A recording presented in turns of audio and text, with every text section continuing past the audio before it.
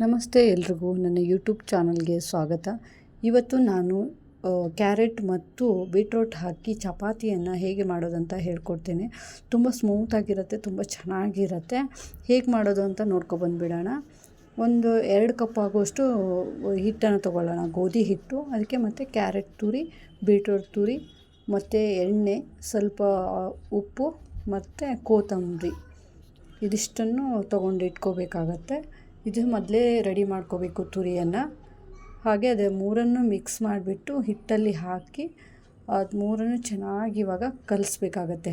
ಅಂದರೆ ಹಿಟ್ಟಿಗೆ ಕರೆಕ್ಟಾಗಿ ಆಗಿರಬೇಕದು, ಉಪ್ಪು ತಾಗಿರಬೇಕು. ಮತ್ತು ಅದೆಷ್ಟು ನಾವೇನು ತರಕಾರಿನ ವೆಜಿಟೇಬಲ್ಸ್ ತುರಿ ಹಾಕಿರ್ತೀವಲ್ಲ ಅದಿಷ್ಟು ನೀಟಾಗಿ ಫುಲ್ ಅದನ್ನು ಮಿಕ್ಸ್ ಮಾಡಬೇಕಾಗತ್ತೆ. ಅಲ್ಲೆಲ್ಲಿ ಆದರೆ ಗಟ್ಟಿಯಾಗಿ ಉಳ್ಕೊಬಿಡತ್ತೆ. ಸೊ ಉಳ್ಕೋಬಾರ್ದು ಅಂತಂದರೆ ನಾವು ನೀಟಾಗಿ ಅದನ್ನು ಮಿಕ್ಸ್ ಮಾಡಬೇಕಾಗತ್ತೆ. ಒಂದು ಸ್ವಲ್ಪ ಪುಡಿಯಾಗಿ ಆಗುತ್ತೆ ಅದು. ಅದಿಷ್ಟನ್ನು ನಾವು ನೀಟಾಗಿ ಈಗ ನೋಡಿ ಮಿಕ್ಸ್ ಮಾಡ್ಕೋತಾ ಇದ್ದೇನೆ ನಾನು. ಈ ಥರ ನಾವು ಮಿಕ್ಸ್ ಮಾಡ್ತಾ ಇರಬೇಕಾಗತ್ತೆ.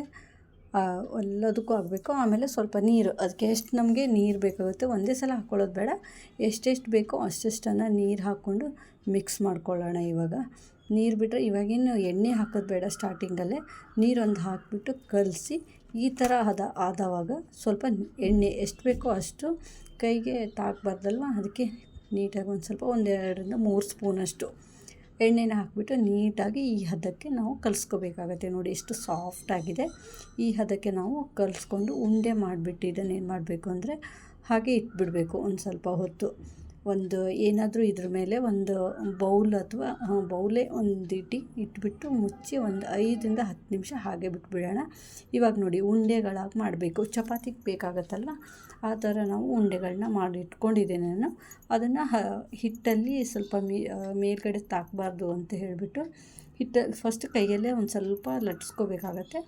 ಆಮೇಲೆ ಲಟ್ಟಣಿಗೆ ತೊಗೊಂಡು ನಾವು ನಮಗೆ ಎಷ್ಟು ದೊಡ್ಡ ಬೇಕೋ ಅಷ್ಟು ದೊಡ್ಡಕ್ಕೆ ಅದನ್ನು ಉಟ್ಕೊಂಡ್ರೆ ಆಯಿತು. ಮಾಡ್ಕೊಂಡ್ಬಿಟ್ಟು ಅದನ್ನು ಈಗ ನೋಡಿ ಇಷ್ಟು ದೊಡ್ಡದಾಗಿದೆ.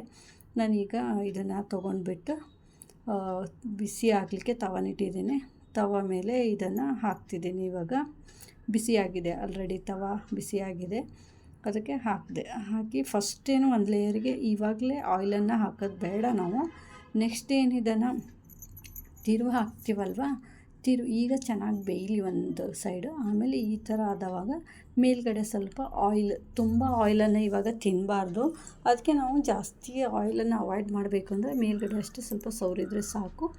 ಅದು ಎಲ್ಲ ಚೆನ್ನಾಗಾದ್ಮೇಲೆ ಅದನ್ನು ತೆಗೆದಿಡೋಣ ಒಂದು ಇದರಲ್ಲಿ. ಮತ್ತು ನಾನು ಎಲ್ಲ ಒಂದೇ ಸಲ ಲಟ್ಸ್ಕೊಂಡು ಒಂದೇ ಸಲನೇ ಮಾಡಿದ್ರೆ ಗ್ಯಾಸ್ನೂ ಉಳಿತಾಯ ಆಗುತ್ತೆ, ನಮ್ಮ ಟೈಮು ಕೂಡ ಉಳಿತಾಯ ಆಗುತ್ತೆ. ಒಂದೊಂದೇ ಲಟ್ಸ್ಕೊಳ್ಳೋದು, ಒಂದೊಂದೇ ಬೇಯಿಸೋದು ಅಂದರೆ ಟೈಮ್ ವೇಸ್ಟ್ ಆಗುತ್ತೆ. ಸೊ ಆ ಟೈಮ್ ವೇಸ್ಟ್ ಆಗಬಾರ್ದು ಅಂದರೆ ಎಲ್ಲ ಚಪಾತಿನೂ ನಾವು ಒಂದೇ ಸಲ ಲಟ್ಸ್ಕೊಂಡು ಇಟ್ಕೊಂಡ್ರೆ ಸಾಕು. ಇಟ್ಕೊಂಡ್ಬಿಟ್ಟು ಒಟ್ಟಿಗೆ ಬೇಯಿಸ್ಕೊತಾ ಇದ್ದೇನೆ ನಾನು. ಬೇಯಿಸ್ಕೊಂಡು ಈಗ ರೆಡಿಯಾಗಿದೆ ನೋಡಿ, ಎಷ್ಟು ಸಾಫ್ಟಾಗಿದೆ. ಮತ್ತು ತಿನ್ನೋಕ್ಕೂ ಕೂಡ ತುಂಬಾ ಸ್ಮೂತಾಗಿರುತ್ತೆ. ಬದನೆಕಾಯಿ ಎಣ್ಣೆಗಾಯಿ ಮಾಡ್ತೀವಿ ನಾವು ಉತ್ತರ ಕರ್ನಾಟಕ ಸೈಡು. ಈ ಥರ ವೆಜಿಟೇಬಲ್ ಚಪಾತಿ ತುಂಬಾ ಚೆನ್ನಾಗಾಗುತ್ತೆ. ನೀವು ಒಂದು ಸಲ ಟ್ರೈ ಮಾಡಿ, ವಿಡಿಯೋ ಲೈಕ್ ಮಾಡಿ.